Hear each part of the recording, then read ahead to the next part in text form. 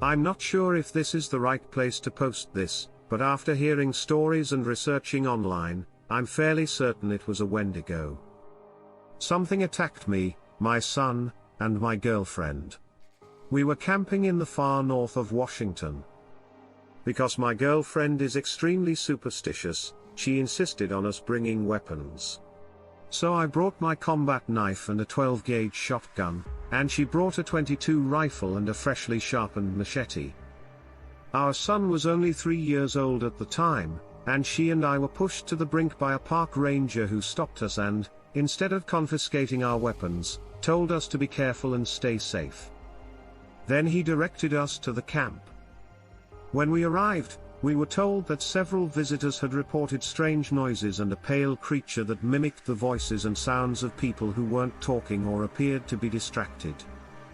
I laughed and dismissed the thought, telling myself that they couldn't possibly be fucking with us. But I was wiser. As soon as we arrived at the location where we planned to camp, we lit a fire and set up our tent and belongings. While my girlfriend ate a snack, I fed my son and we decided to get a feel for the area. So my girlfriend and I hiked around for about an hour. I had one of those baby carrying backpacks, and my son began to complain about it. Everything appeared to be normal until I noticed something down the almost path we were on. We got closer to investigate, and noticed drag marks. It appeared that something had killed a buck. There was a large outline in the dirt with a small dried pool of blood, as if it had been snatched from the antlers and cold. That couldn't be done by any man because the buck or whatever it was would have been far too large for that shaken. We dashed back to base camp, restarted the fire, and dashed back into our tent, too afraid to leave because it was already dusk. We remained in the tent while my girlfriend put our son to bed. Eventually, most likely due to fright exhaustion, we both fell asleep. After what seemed like hours, I awoke to a faint rasping sound that sounded like a child crying. I looked outside, perplexed, and saw the outline of a creature that appeared to be a buck standing over something. It appeared to be about 20 feet away, but upon closer inspection, it had naturally long limbs for a buck and stood eerily tall in sudden fear. I fired 2 shots at the creature and heard a blood-curdling scream. My girlfriend awoke screaming from the shots I had fired as I tried to explain what I had heard, but to my surprise, the animal had moved an inch, and then I noticed the stains on the side of the animal. It appeared that blood was running down the edge and there was a lot of it. It began. It stared me down, deep into my eyes, and I became terrified. A sinister sense of dread descended on me, as if it knew I couldn't move. What if it starts running toward us? I wondered. And then this tall, decrepit demonic thing seemed to whisper something to me that I couldn't quite understand, but it seemed to have an I need more children vibe to it. My girlfriend yelled, "Where is our son?" We shut down. We were awakened in the morning by park rangers at our campsite. We didn't see our son anywhere, so we reported him missing to the rangers, who organized a search party. I told them what had happened, and they seemed to believe me. The one who appeared to be at least a decade older drew the one we'd met earlier along and whispered in his ear. I only heard one line, and I'm not sure if what I heard was correct. It sounded like he said it was becoming more daring. They didn't seem to want us alone. As a result, they waited with us while they continued their search. We were staying in a log cabin with a forest ranger for 3 days when some rangers came in and said they couldn't find our son. My girlfriend began to cry. I begin to despise myself because I believe I could have done something if I hadn't been paralyzed by fear. We rushed outside to find some injured and terrified police officers. The rangers refused to tell us anything about what happened, what they saw, or why the cops were terrified. All we know is that we no longer have our son. God bless whoever goes into that forest next, and please don't bring your children. Growing up in the mountains of North Georgia, camping and hiking were things my brother and I did all the time. It came naturally to us. So whenever Ryan and I had a break from school, we went straight to the woods. We packed our belongings, informed our parents that we were leaving, and that was the end of it. We chose to camp near midway along the Jacks River Trail and Cool Water Wilderness, a trail we were familiar with from previous practice long hikes. We arrived at the trailhead around lunchtime, parked the car, gathered our belongings, and set out into the woods. We passed a few hikers and moved on, asking how the trail looked and getting the same answer every time. Wet Jacks River Trail probably crossed the river 50 times in its 17-mile-plus journey, and with the colder temperatures of late fall settling in, it was harder for the trail to stay dry, so we moved deeper into the trail and began looking for a place to camp. Ryan and I made our first blunder here. Ryan and I have a rule that we don't camp near people if at all possible. Call us suspicious. But the last thing we want is for someone to drag us out of our tents and disappear into the woods. So we always camped a good 2.5 hours or so off the trail in an area that wasn't popular for overnight camping. We found what we thought was a perfect spot to set up camp for the 2 nights we'd be gone. We arrived at the Horseshoe Bend and deviated about a half-mile off the trail into a clearing to set up. Late that night, we built a teepee fire and pitched our tents on either side. We decided to walk back to the trail after unloading and go exploring around some of the many swimming holes. What Jack River has to offer. I remember being surprised by how few people were on the trail during Thanksgiving break. Maybe it was the weather or the fact that it was early in the week, but no one seemed to be hiking, let alone staying the night. Around 5 o'clock, Ryan and I returned to camp to start our fire, make dinner, etc., and just settle in for the night. The cold set in as soon as the sun began to set. We added more wood to the fire, sat close, and just talked. Ryan was 2 years my junior in high school. He was only a sophomore and I was a senior. But we were always close as kids, hanging out in the same groups, playing the same sports, having the same hobbies, and so on. We were comfortably seated around the fire by 9 o'clock. I had just texted your mom to let her know we were safe and ready for bed, and I remember us talking about how we were looking forward to going to our grandparents' house for Thanksgiving and having the same awkward conversations we had every year with family. We only saw each other on holidays when things began to get strange. We were no strangers to sounds in these woods, which are teeming with animals and critters ranging from deer to black bears and the occasional wild boar. If you spend enough time in the woods, you'll be able to tell the difference between certain sounds and what we were hearing. What Ryan and I heard was what sounded like someone sneaking around slowly, just out of sight, with an animal walking on 4 legs. You can hear a tight group of steps, but what we were hearing is very different from what a human sounds like when walking slowly or trying to move without making too much noise. I remember pulling out our flashlights and pointing them in the direction we thought the sounds were coming from, but that was only part of what was strange. When we fixed our lights on a spot, we assumed the sound was coming from the location we illuminated, but the sound location would abruptly change. The whistling began when it appeared that there were multiple people walking around us. At first, I thought it was the wind, and I remember thinking that perhaps the wind was just blowing leaves around, and what we were hearing was nothing more than the wilderness around us. Ryan looked at me and asked if I was hearing what he was saying. I didn't respond because I was trying to concentrate on each individual sound, 2 consecutive notes with a 3 to 4 seconds gap, and then 2 more consecutive notes. Time and time again. Ryan kept asking if I heard what he said, and I put my finger to my lips to keep him quiet. The terror I felt was palpable. My jaws were clenched, my fist clenched, knowing I wasn't prepared for whatever lay ahead. If there was anything The whistling went on for what seemed like an eternity. But it was only after about 5 minutes of deliberation that Ryan yelled into the darkness. "Hey! Quiet!" The whistling had died away. Nothing happened when the wood crunched. I was furious. Ryan got the what the hell look from me. He also shrugged his shoulders. "I needed to do something," he explained. I simply shook my head. After a few minutes of silence, the woods erupted with noise. Something or someone was running around our campsite in a circle. The whistling returned 2 more times with the same 3 to 4 second gap, and then 2 more times.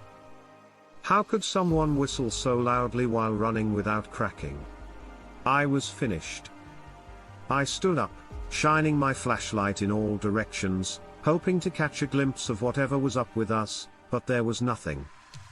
It felt close enough to touch, but we never saw anything, and the movement ceased. But the whistling remained constant. It was extremely loud and humanly loud. I turned to Ryan and told him to call the cops. Now this is the part I'll never forget, the part I never want to talk about. While Ryan was on the phone with the dispatcher, telling them where we were and what was going on, I took a step around the fire and inside my bag to my tent. I always carried a 6-inch fixed blade with me and thought it would be more comfortable in my hand than just my flashlight. As I went to unzip my tent, I tried to keep my gaze fixed on the woods. I noticed some movement in front of me. I swept my light up in front of me and saw it in about 2 seconds. Whatever this person or thing was, it was about 5 feet up in a tree. Everything about it was long, including its arms, legs, neck, fingers, and overall speed. I heard it land as soon as the light hit, launched backwards off the tree, but it either jumped an impossible distance or landed in a thicket because I heard it but never saw it. I don't recall ever yelling so loudly. I dashed back to where Ryan wasn't sitting. He kept asking what I saw, but I couldn't say anything. I just kept thinking about what I had seen, and about 10 minutes later, we saw a couple of flashlight beams coming through the woods, and 3 guys came into view, asking if everything was okay. I settled the situation and began asking them if they had seen or heard anything. All they said was that they heard a lot of movement and then my scream, and that's when they decided to come our way. I tried not to sound insane when explaining what had happened, but it didn't seem to work. One of the guys went for a short walk and returned, saying he hadn't seen anything. Ryan informed them that we had called the police, and about 30 minutes later, the park ranger arrived. Ryan and I tried to explain everything to him, but he just chalked it up to either a curious animal or some campers trying to mess with us. Ryan and I decided not to spend the night and packed our belongings before walking out of the woods with the ranger. He accepted our statement, and we walked to our car and drove home. Ryan and I don't talk about what happened that night, but neither of us has returned to the Jacks River Trail and are unlikely to do so in the future. I need to talk about this encounter somewhere so that people can finally hear my story. On Thursday, February 17, 2017, between 1600 and 1700, I believe I saw a Wendigo in a wooded area behind my house. I live in a neighborhood where Wendigos could have been observed. So I don't deny that it was a window that blew out. Anyway, I've discovered mutilated animals and horrifying scenes of death, rot, and decay that would make even the most seasoned veterans vomit. The sights have simply been horrifying, and this lends credence to my theory that something is still lurking in those woods. For example, I discovered my second dead fox about a month ago. Its head and spinal cord were about 30 feet downhill from the mangroves mess that was once a body. Its body had its front left leg ripped off and large scratches in its chest and sides. It was also disemboweled with its intestinal tract in the trees and bushes. There were also signs of struggle, as some sort of black liquid was on the ground under the nails of another animal. Now, I'm leaving out a lot of details, but those should give you a good idea of what's going on. Now comes the juicy part of my encounter with this dreadful spirit. So allow me to map out the terrain for you. My house is about 100 yards from a small stream that divides the small wooded area in half, and there are large trees on the far side of the stream from my house. So I was out there one day when I suddenly felt cold and uneasy, as if I was being watched. I also began to suspect that someone or something was following me around. So I went in because the sun was setting and my desk would be waiting for me soon. So I started walking towards my house, which meant I had to walk uphill. So I began walking, and I was walking out of the woods as if I were in someone's yard, and they had told me to get off. Not at a breakneck pace, but moving with purpose, you know. Then I had the distinct impression that someone was staring at me. So I turned around and saw a large creature standing across the stream about 80 yards away from me.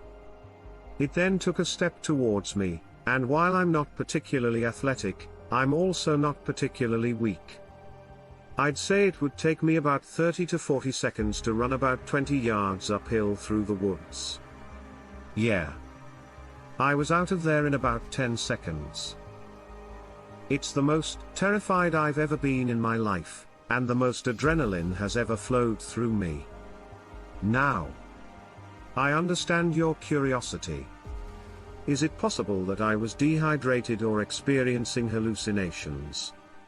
Well, I've never hallucinated in my life, and I wasn't dehydrated because I drank an entire bottle of water about 10 minutes before this event, and I always make sure I'm hydrated before going woodland exploring. And there's no way it was a tree because every time I go out there, I go to the spot where I saw it, and there isn't a single small tree that even remotely resembles what I saw. I haven't seen it since, but I can hear it. Native Americans believe this. That window will cry out for help like a human in order to entice people to approach it. I've heard what sounds like a little girl pleading for help before in those woods.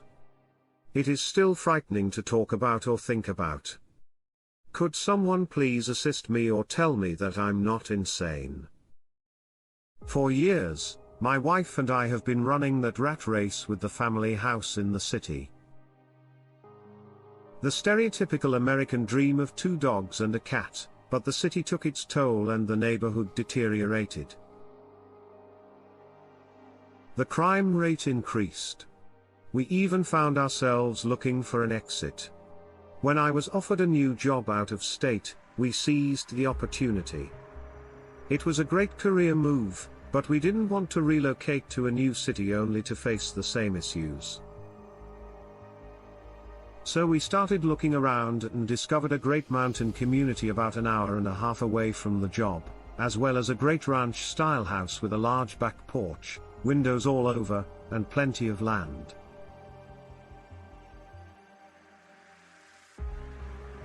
The backyard features a large grassy area, a creek that splits the property in half, and acres of woods beyond. I mean, it's massive. The house is more than twice the size of our city home. It's all updated and has no neighbors within a mile. It's a big change from the life we had in the city, but it's less than half the price. When we inquired about the foreclosure, the listing agent simply stated that the previous owners had abandoned the property. We didn't think much of it because things like that happen all the time in apartment complexes when people lose their ability to pay rent. The first 3 months were fairly uneventful, with us settling into our new life, the kids adjusting to the new school and friends, and most importantly, us adjusting to the large house and property. But then the weather turned cold, and things began to get strange. It all started with noises from the back property. We put it down to being in the woods. Then the motion lights around the house began to go off at random, and we chalked it up to being in the woods once more. But that all changed last night, when I experienced the most terrifying night of my life. One of the dogs was whining and scratching at the back door, and I assumed he needed to go to the bathroom. So I grabbed my flashlight and ran out the back door. Something didn't feel right. The dog ran for the backyard, growling and snarling. The dog jumped into the creek and out the other bank, running off into the woods in the back of the property, flashlight bouncing. I chased him down, calling his name. I got to the creek and crossed the makeshift bridge, desperately trying to catch up to him. I could still hear the dog growling and barking from somewhere up ahead, and as I pushed further away from the safety of the house and deeper into the woods, I heard it, a shriek like I'd never heard before in my life.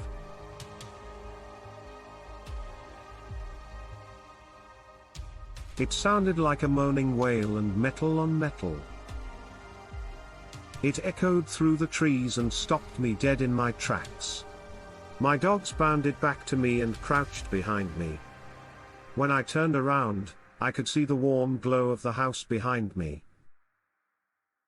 I swung my flashlight around in the cold dark ahead of me, looking for the source of the noise.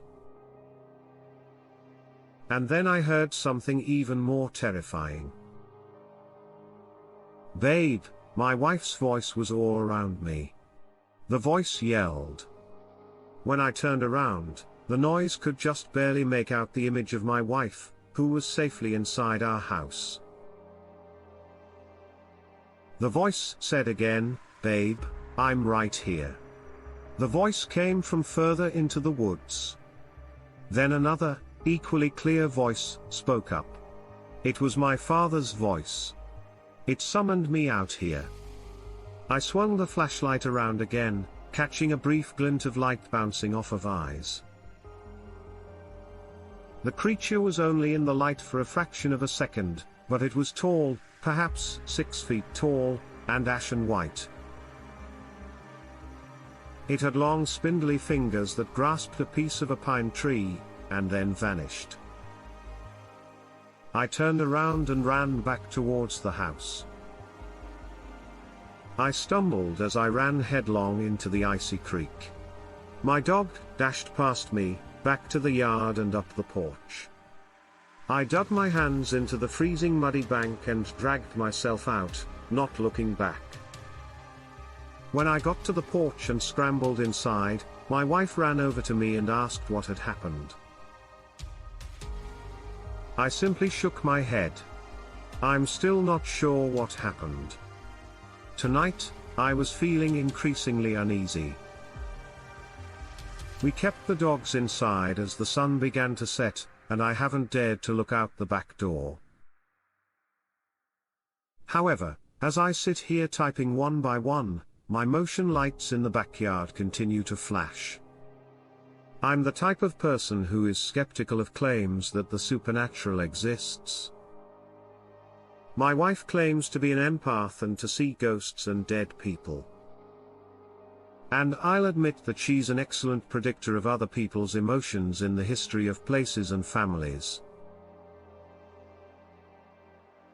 But I can't accept her statements as fact because they aren't empirically verifiable. That being said, you can believe me or not. But what I'm about to say is something that even I find difficult to believe.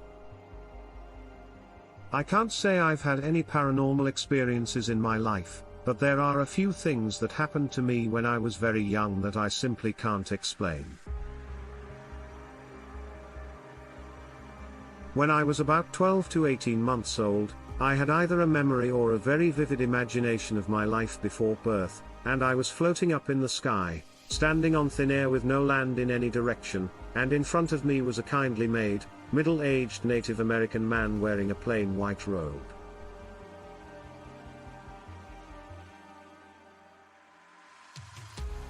He asked if I was prepared. A vision flashed before my eyes, and I replied, yes, I descended and experienced my own birth. Keep in mind that this was before I understood what birth was. So I didn't even know anything about Native Americans until I was about 6 or 7 years old, and began having very distinct mental images of something extremely disturbing.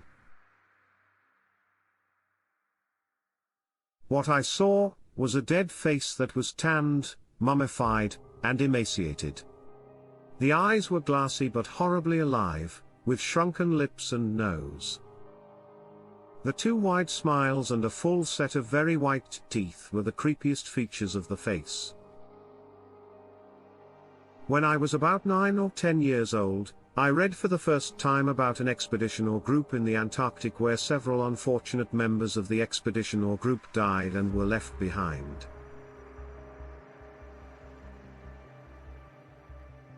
Their bodies were discovered in the 20th century, and images of them could be found in the article I was reading. I'd never seen a frozen body before, but as soon as I saw those images, I immediately connected what I was reading with what I'd seen before. From then on, I began having almost real waking visions in a way that is difficult to explain other than in my mind's eye.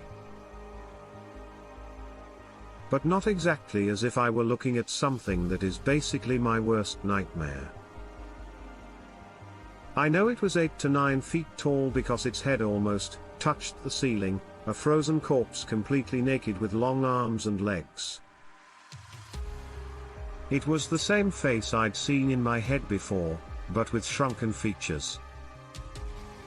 Only now did I have a full body that was as emaciated and mummified as my head and neck. I only saw it on cloudy days in late autumn or winter, and it was always between me and a window. So it was sort of backlit, and it never moved to do anything. It just stared at me with a horrifying grin. In high school, I discovered Wikipedia, and eventually learned what the Wendigo was. It's a mythical spirit creature, for those who don't know.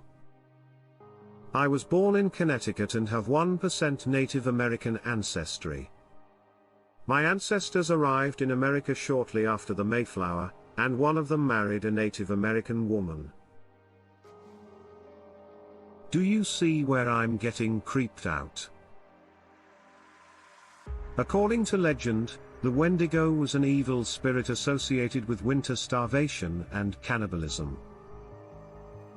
It either enticed desperate people into eating their fellow humans during the winter or possessed those who did.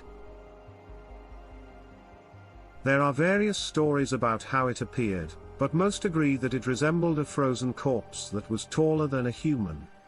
And, no, it lacks antlers. As with all modern depictions, you can find them on Google. It is said to be able to ride the winter wind, mimic human voices to lure the unwary into ambushes, and has an ice heart. But here's the thing, I experienced this before I knew what the creature was or knew about the legends, which happened after almost a decade of intermittently seeing the Wendigo. The following is a Wikipedia description. The Wendigo had passed the initiation stage. It had desiccated skin pulled tautly over its bones, with its bones pushing out against its skin, an ash-grey complexion, and eyes pushed deep into their sockets. The Wendigo resembles a skeleton recently exhumed from the grave, and the lips it possessed were tattered, bloody, and unclean, with some flesh separations. The odor of decay, decomposition, decay, and death emanated from the Wendigo. I did additional research, and everything I found from various sources agreed with what I saw. So I'm distantly related to the Native Americans mentioned in the legend. I've always been terrified of dead bodies, especially those that appear mummified. And I saw a creature from their stories before I realized it matched the traditional descriptions perfectly. I was and continue to be skeptical. Even I can overlook these coincidences. Because I am a Christian, I am concerned about any claims of ghosts or supernatural entities inhabiting the world. Even so, this thing has been bothering me for years, and I saw it earlier today, which is why I'm here. Anyone have any ideas? I've considered consulting with a highly knowledgeable individual to figure out what to do, but I'm conflicted because I have some religious reservations about doing so. Also, I assure you that this is not a made-up story. This has left me extremely shaken, and I'd appreciate some feedback, particularly from someone who has had similar experiences. Last year, I had an unusual experience in a national forest in California. I was on a solo road trip with my dog, driving deep into Mendocino National Forest. I enjoy camping in national parks and forests because it allows me to be alone. So my dog in Rome and they're free, a trade-off for sketchy rough drives into the park occasionally and the lack of service. Anyway, around 5 p.m., I was driving up this dirt road and curving up a mountain. It was beautiful outside, sunny and warm with a gentle breeze. Nothing serious happened, but I was extremely uneasy driving into the area, and that feeling did not go away as I drove up the mountain. I didn't want to stay there, and I texted my boyfriend about it for as long as I could before my phone lost service. I was looking for any indication that another person had been in the area recently but couldn't find anything. I pulled over and got out of my car with my dog to look over the edge, where I discovered a dead squirrel and some broken glass mixed in with the dirt and gravel road. Yaka, my dog, began to growl slightly. I saw her growl at a possum, so it could have been something she smelled. Maybe this place kept me on edge, but I pride myself on being an independent traveler and backpacker, so I decided to go at least a little further with my grumbling. This place continues to make me nervous, but I take pride in being an independent traveler and backpacker, so I decided to push on with my grumbling pup to see if I could find a good place to camp.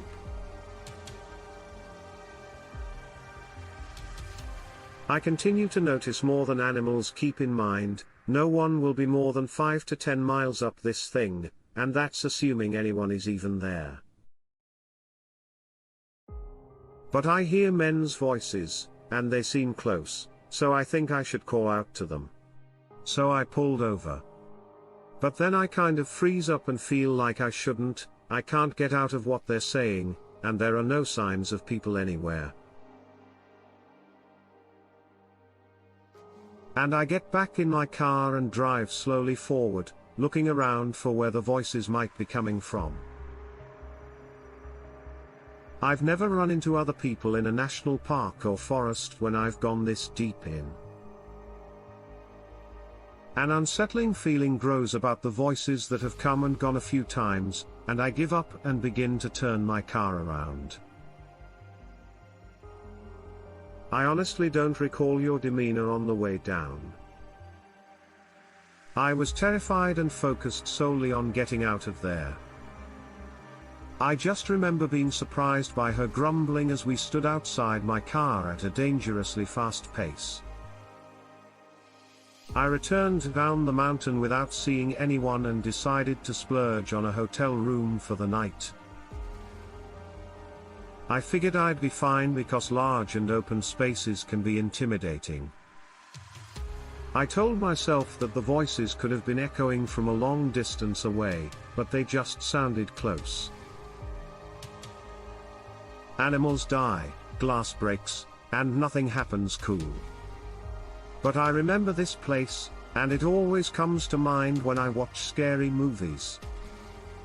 If I'm out walking my dog at night in the woods. Nothing compares to the sensation I had while driving up that mountain, which is both fascinating and terrifying to me. I recently came across some information as well as some Native American lore that made me extremely uneasy. I've mentioned this place and the haunting vibes it gave me to a few people, but nothing much more. I googled the national park once and didn't see anything, but I didn't look much either. I enjoy scary movies and similar entertainment.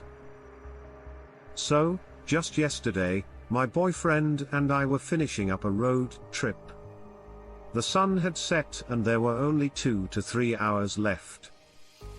So we decided to listen to some scary podcasts and watch some scary YouTube videos. We went from the No Sleep podcast to the X-Files to a True Stories video about Native American lore. I'm only half paying attention because I'm petting my dog and playing Pokemon on an emulator when I hear the narrator mentioned. Window goes on to say what they are and casually mentions that they can mimic voices. When I say the worst chills I've ever felt in my life crawl down my spine, I look at my boyfriend and ask him if he remembers that national forest I was terrified of last year. He confirms this, and reminds me that he texted me. I was probably on a 1 to go.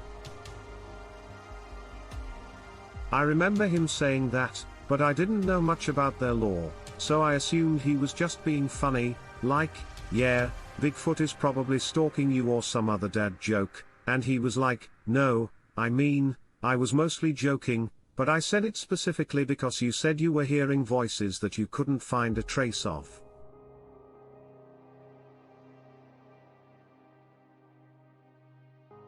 I start googling Wendigos. They're allegedly able to mimic human voices and would live in that sort of area because I feel strange as hell. Everything matched. Obviously, there is a lot of dubious information out there, but I tried to stick to more reputable websites and authentic experiences. I then looked specifically for missing people in the area, and the first headline that caught my eye was, "Another family goes missing in Mendocino." I looked through various websites and news articles about people going missing, but they are all buried beneath national park websites and pictures of trees. I remember looking up the forest about a year ago and not finding anything, and realizing that these stories didn't seem to be discussed much, which piqued my interest. It was stated that over 100 people have gone missing and not been found in the last 8 years, on top of many who have been discovered dead.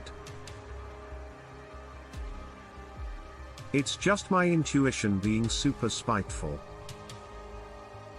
I remember how unsafe I felt and how badly I wanted to get out of there, and it terrifies me. I was very uneasy about what I was hearing, and it still bothers me to this day. My dog and I are extremely close. She was a stray who began following me one day and I ended up bringing her home from Costa Rica. So she lets out a few growls along the way. Even though it was just a storytelling video, it made me feel like something was wrong. Those stories come from somewhere. I've done a lot of solo traveling both in and out of the country, and I've never had such a bad feeling on top of seeing an unnecessarily large number of dead animals in a national forest, which seemed strange.